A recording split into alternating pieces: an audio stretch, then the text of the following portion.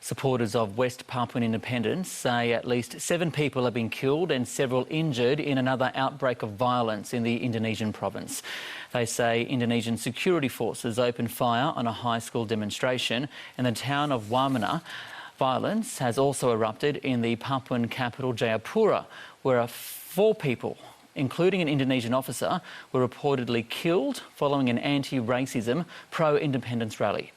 And some people may find images of the wounds distressing. Gunfire and chaos erupts on the streets of Wamena. High school students carried away, suffering bullet wounds. Witnesses say Indonesian security forces had opened fire to disperse a rally.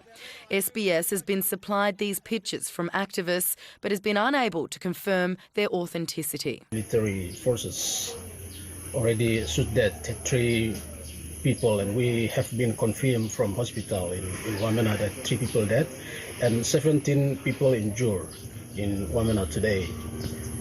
Internet connection in Wamena already being switched off by the authority until this afternoon.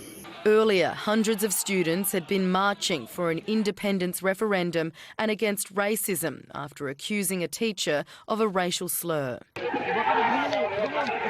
Soon after the shootings, the town of Wamena was ablaze, protesters setting fire to several government buildings.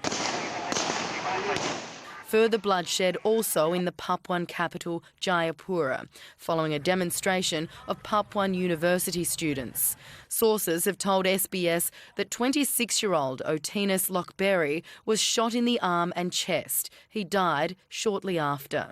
It's claimed the students had been attacked by Indonesian civil militia members. Indonesian soldiers appear to be involved, but also a new militia group called the Archipelago Society, or Nusantara Society, that appears to be involved in the violence. So this would be the Indonesian military reorganising its proxy militia in order to be more effective in terms of repressing West Papuan resistance and West Papuan protests. Mr Kingsbury says Indonesian forces have long worked in close company with civil militia groups in West Papua.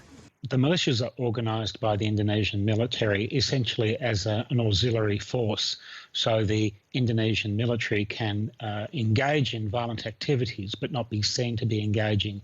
In a bid to curb the violence in Jayapura, Indonesian security forces moved people away from their protest area.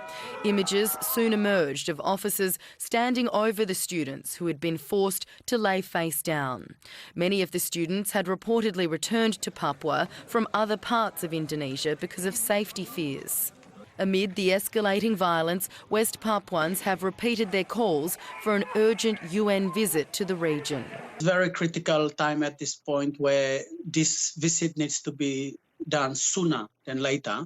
The civil resistance will not stop anytime soon, and we're seeing the increasing military presence and the police presence on the ground.